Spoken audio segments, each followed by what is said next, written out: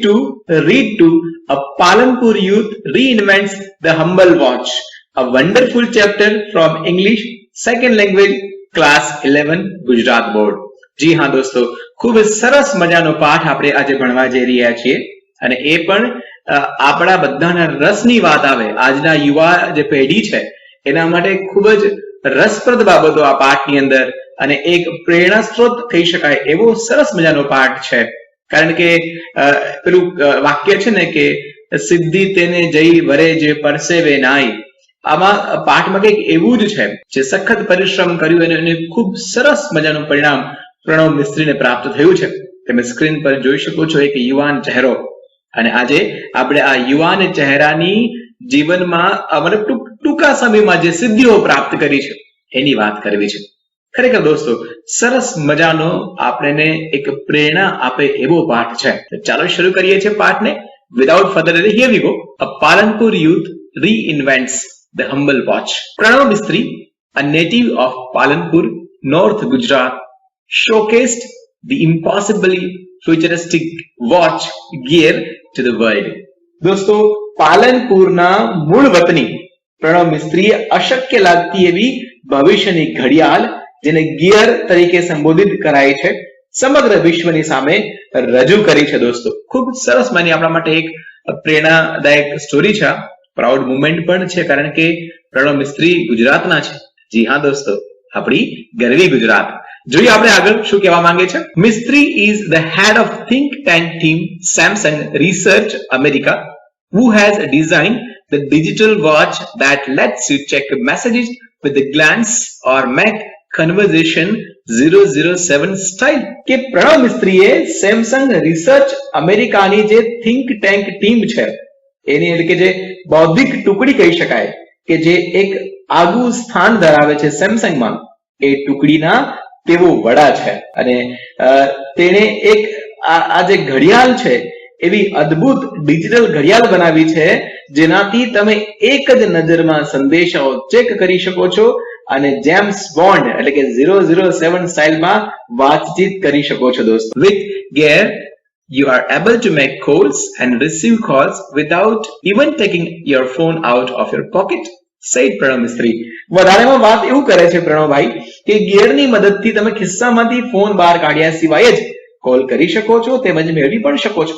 પ્રણવ મિસ્ત્રી આગળ એની વાતમાં આવું જણાવે છે. When he was about 11, that means Pranav used to say that હું મોટો થઈને બહુ નામ કમાઈશ. When I grow up, I'll earn a lot of fame, said his father, Kirtibhai. મિત્રો જ્યારે તે એટલે કે પ્રણવભાઈ લગભગ 11 વર્ષના હતા ત્યારે તે કહેતા હતા કે હું મોટો થઈને બહુ નામ કમાઈશ અને માન પ્રતિષ્ઠા મેળવીશ.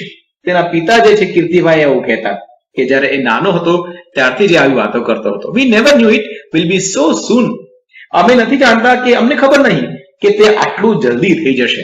ખૂબ જ ટૂંકા સમયમાં સારી એવી સિદ્ધિ પ્રાપ્ત કરી છે Pranab મિસ્ત્રીએ. Pranav was like any other child, but his IQ powered him to the first rank in every academic year he spent at Vivid Lakshmi Vidya Mandir, Palanpur. He was good in every activity, be it studies, music, he sings or sports, play badminton, said the proud father. Pranab પણ અન્ય બાળકોની જેવો જ હતો, પરંતુ તેનો જે બુદ્ધિ આંક છે તેને પાલનપુરની વિવિધલક્ષી વિદ્યા મંદિર ખાતેના દરેક અભ્યાસના વર્ષે તેને પ્રથમ ક્રમ અપાવતો. તે દરેક પ્રવૃત્તિમાં નિપુણ હતો.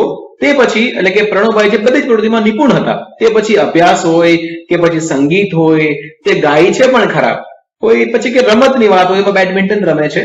ગૌરવવંતી પિતા જે છે એ આ ખૂબ પ્રાઉડલી આ બધા જ વાક્યો છે એના પુત્ર માટે, એના દીકરા માટે ઉચ્ચારે છે કે આવી રીતે મારો દીકરો આગળ વધ્યો છે. જોઈએ આપણે નેક્સ્ટ પેરેગ્રાફ શું કહે છે. He studied in his mother tongue Gujarati and later joined Nirma University Ahmedabad for his BE in computer engineering. દોસ્તો ખૂબ સરસ મજાની વાત છે કે તે માતૃભાષા એટલે કે ગુજરાતીમાં ભણ્યા છે પ્રણવભાઈ, અને ત્યારબાદ કોમ્પ્યુટર એન્જિનિયરિંગમાં સ્નાતક એટલે કે BE બેચલર ઇન એન્જિનિયરિંગ થવા અમદાવાદની નિરમા યુનિવર્સિટીમાં જોડાય છે. અને he went on to complete his post-graduation, that is industrial design from IIT Mumbai, which earned him a job with Microsoft in Hyderabad and a President's Award from APJ Abdul Kalam. Industrial design એટલે કે ઔદ્યોગિક ડિઝાઇનમાં અનુસ્નાતકનો અભ્યાસ પૂરો કરવા માટે IIT Mumbai પહોંચ્યા, જ્યાંથી તેમને હૈદરાબાદ સ્થિત માઇક્રોસોફ્ટ કંપનીમાં નોકરી મળી અને સાથે સાથે એમને રાષ્ટ્ર પ્રમુખ જેમને આપણે કહી શકીએ ડોક્ટર એપીજે અબ્દુલ કલામ તેમના હસ્તે તેમને પ્રેસિડેન્ટ એવોર્ડ પણ મળ્યો છે. ખરેખર એક પિતા માટે એક રાજ્ય માટે આ ગૌરવ લેવા જેવી વાત છે. He said, from my engineering in computer science to my master, I worked on a varied fields like interaction design, robotics, computer graphics, HCI, AI, information graphics, embedded systems, social computing, and the list goes on. I explored the fields with different projects and research papers. Here are some of my projects in brief. હવે દોસ્તો આગળના પેરેગ્રાફમાં પ્રણવભાઈ પોતે એવું કહે છે કે computer સાયન્સમાં એન્જિનિયરિંગમાં દાખલ થયા ત્યારથી કે હું સ્નાતક થયો એટલે કે પ્રણવભાઈ કહે છે કે હું સ્નાતક થયો ત્યાં સુધી મેં વિવિધ ક્ષેત્રોમાં કામ કર્યું, જેવા કે ઇન્ટરેક્શન ડિઝાઇન, રોબોટિક્સ હોઈ શકે, કોમ્પ્યુટર ગ્રાફિક્સ હોય, HCI કે AI ઇન્ફોર્મેશન ગ્રાફિક્સ હોય, એમ્બેડેડ સિસ્ટમ, સામાજિક કોમ્પ્યુટિંગ વગેરે વગેરે બાબતોમાં આમ યાદી જે છે એ ચાલતી જ રહે છે. મેં જુદા જુદા પ્રોજેક્ટ એટલે કે પ્રકલ્પો અને સંશોધન લેખોથી અનેક ક્ષેત્રો તપાસ્યા છે, એમને રિસર્ચ કર્યું છે. આ રહ્યા એમણે હાથ ધરેલા એટલે કે મેં હાથ ધરેલા પ્રોજેક્ટ, એને હું અહીંયા સંક્ષિપ્તમાં રજૂ કરું છું. એવી રીતે પ્રણવભાઈ વાત કરે છે. અને હવે જે રિસર્ચ પેપર્સ એમને અથવા તો પ્રોજેક્ટ એમને જે રજૂ કર્યા છે એમાંથી જે ખૂબ સારા અને શ્રેષ્ઠ હોય અથવા તો જેમનાથી એમને ખૂબ સારી નામના પ્રાપ્ત થઈ છે એવા પ્રોજેક્ટ, એવા રિસર્ચ પેપર આપણી સામે અહીંયા સંક્ષિપ્તમાં રજૂ કરી રહ્યા છે. તો ચાલો આપણે જોઈએ એમના કયા કયા પ્રોજેક્ટ્સ છે અને એમનું વર્ક કઈ કઈ બાબતમાં છે, એમાં એ વર્કથી સમાજને કેવી મદદ થઈ અને આધુનિક યુગમાં એનો શું ઉપયોગ થયો. તો જોઈએ આપણે પહેલું એમનું છે ટેલિટચ lets you touch and control things from a distance. શું કહે છે કે ટેલિટચ એટલે કે ટેલિટચની મદદથી તમે દૂરથી વસ્તુઓને સ્પર્શી શકો છો અને ન માત્ર સ્પર્શ કરી શકો પરંતુ એનો તમે નિયંત્રણ પણ કરી શકો છો. See through your smartphone's camera, here we go, and control everything you see on the screen by touching it. શું કહે છે કે તમારા સ્માર્ટફોનના કેમેરામાંથી જુઓ અને સ્ક્રીન પર દેખાતી દરેક વસ્તુને તમે નિયંત્રિત કરી શકો છો. તમારા મોબાઈલના સ્ક્રીન પરથી જોઈને તમે દરેક વસ્તુને કંટ્રોલ કરી શકો છો. Now you can interact with your appliances from a distance in a fun way. શું કહે છે કે હવે તમે તમારા જે ઉપકરણો છે એમને સાથે દૂરથી રમતા રમતા ક્રિયા પ્રતિક્રિયા કરી શકો છો. TV, alarm, music player, open the door, turn on the light just by touching it on the screen. માત્ર સ્ક્રીનને અડવાથી જ તમે તમારું ટીવી, એલાર્મ, મ્યુઝિક પ્લેયર, બારણું ખોલવાનું, લાઇટ ચાલુ કરવાની વગેરે આરામથી કરી શકો છો. ધેટ મીન્સ કે તમે ઘરને લોક કર્યું હોય અને લાઇટ બંધ કરવાનું ભૂલી ગયા હોય તો મોબાઈલમાં તમે સ્ક્રીન પર સ્પર્શ કરીને ટેલિટચની મદદથી લાઇટને બંધ કરી શકો છો. છે ને અદ્ભુત દોસ્તો? જોઈએ આગળ શું કહેવા માંગે છે. Teletouch lets you interact with your world with touch from a distance. Teletouch તમને દૂરથી માત્ર સ્ક્રીન પરના સ્પર્શથી જ તમારી દુનિયા સાથે પ્રત્યાયન કરવાની જે પોસિબિલિટીઝ છે, શક્યતાઓ છે, એમાં વધારો કરે છે. ખૂબ સરસ મજાની એમની આ શોધ છે દોસ્તો. આજના આધુનિક યુગમાં એનો ખૂબ જ ઉપયોગ થઈ રહ્યો છે. હવે જોઈએ આપણે એના પછીનું નેક્સ્ટ સ્પર્શ એ પ્રોજેક્ટનું નામ છે. સ્પર્શ let's you conceptually transfer media from one digital device to your body and pass it to the other digital device by simple touch gesture. ખૂબ સરસ મજાની આ શોધ છે દોસ્તો. શું કહેવા માંગે છે કે સ્પર્શ પ્રત્યક્ષીકરણથી મીડિયાને સ્પર્શ ચેષ્ટાઓ માત્રથી એક ડિજિટલ ડિવાઇસમાંથી બીજી ડિજિટલ ડિવાઇસમાં તબદીલ કરી આપે છે. માત્ર તમારે એને ટચ કરવાનું, સ્પર્શ કરવાનું, એનો જેસ્ચર જે બતાવ્યો છે એ પ્રમાણે કરવાનું. તમે એને ત્યાં કોપી પેસ્ટ અથવા તો એને ત્યાં મૂવ કરી શકો છો. Touch whatever you want to copy from laptop, TV, smartphones, e-book readers, etc. મતલબ કે તમારે લેપટોપ હોય, ટીવી હોય, સ્માર્ટફોન હોય, ઈ બુક રીડર વગેરેમાંથી કંઈ પણ તબદીલ કરવા માંગતા હોય તો માત્ર સ્ક્રીન સ્પર્શ કરો. ઇન શોર્ટ તમે એને કોપી કરો. Now it is saved conceptually in you. અને હવે જેવું તમે એને કોપી કર્યું છે, સ્પર્શ કર્યું છે, તે પ્રત્યક્ષીકરણની રીતે તમારા ઉપકરણમાં સાચવી શકાય છે. મતલબ તમે જે જગ્યાએથી સ્પર્શ કર્યું છે ત્યાંથી કોન્સેપ્ચ્યુઅલી તમારામાં કોપી અને સેવ થયું છે. Next, touch the device you want to paste. અને હવે પછી ત્યારબાદ તમે જે વિગત બીજે ચોંટાડવા અથવા લઈ જવા કે રાખવા માંગતા હોય તે પ્રયુક્તિને સ્પર્શ કરો, તે ડિવાઇસને સ્પર્શ કરો, તે જગ્યાને સ્પર્શ કરો. સ્પર્શ uses touch-based interactions as an indication for what to copy from where and where to paste or pass it on. શું કે દોસ્તો, સ્પર્શ છે એ તમારે જે કંઈ નકલ કરવું હોય તે જ્યાંથી નકલ કરવું હોય કે જ્યાં મોકલાવવાના હોય ત્યાં તમામ બાબતને સ્પર્શ આધારિત ચિહ્નો તરીકે વાપરે છે. એનીવેર તમે કોઈ પણ જગ્યાએ આરામથી એને મૂવ કરી શકો છો, પેસ્ટ કરી શકો છો. જેને અદ્ભુત શોધ દોસ્તો. જોઈએ આપણે આગળ. નેક્સ્ટ અને બીજું જે છે એ છે sunflower. Sunflower let's us track the sun. આપણને સૂર્ય ક્યાં છે તે દર્શાવે છે. આ એક it is an artificial sunflower, એટલે કે તે એક કૃત્રિમ સનફ્લાવર છે, સૂર્યમુખી છે. With simple OPAMP 741. OPAMP એટલે ઓપરેશનલ એમ્પ્લીફાયરની વાત થાય છે દોસ્તો અહીંયા. Circuitry and photo sensor, he has created a sunflower which would move with the sun.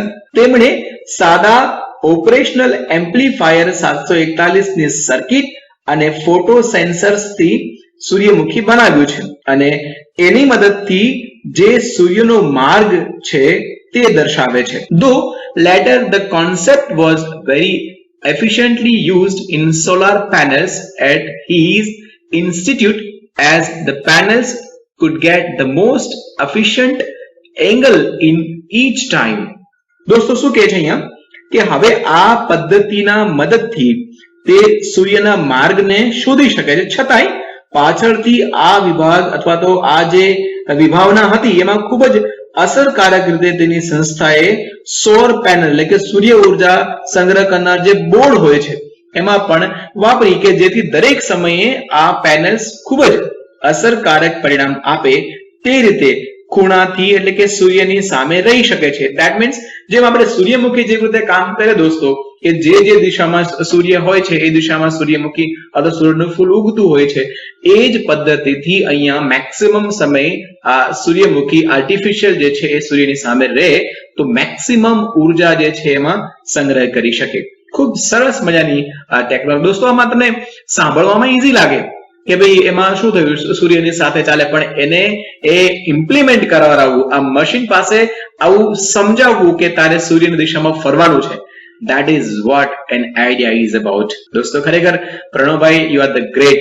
Sixth sense is a variable gestural interface that augments the physical world around us with digital information and lets us use natural hand gestures to interact with that information. કે sixth sense એ હાવભાવથી સંચાલિત અથવા તો પહેરી શકાય એવું એક સાધન છે, એક ઘરેણું છે, એક લોકેટ છે જે આપણી આસપાસના ભૌતિક જગતમાં ડિજિટલ માહિતી ઉમેરે છે અને તે માહિતી આદાન પ્રદાન કરવા આપણે આપણી સ્વાભાવિક રીતે જ હાથથી કરાતા હાવભાવોનો ઉપયોગ કરી શકાય છે એવું હોય છે. દોસ્તો આ સિક્સ્થ સેન્સ તમને હું રિક્વેસ્ટ કરીશ કે એકવાર તમે YouTube પર એનો વિડીયો ખાસ જોજો. એ જે લોકેટ છે એ અદ્ભુત રીતે કામ કરે છે. એટલે અહીંયા કદાચ તમને પેરેગ્રાફમાં હજી સમજવામાં તકલીફ પડે, પણ એ એકવાર વિડીયો જોશો તમે તો તમને ઓટોમેટિક ખ્યાલ આવશે કે હા સિક્સ્થ સેન્સ નું કામ એકચ્યુઅલી શું છે. જોઈએ આપણે આગળ.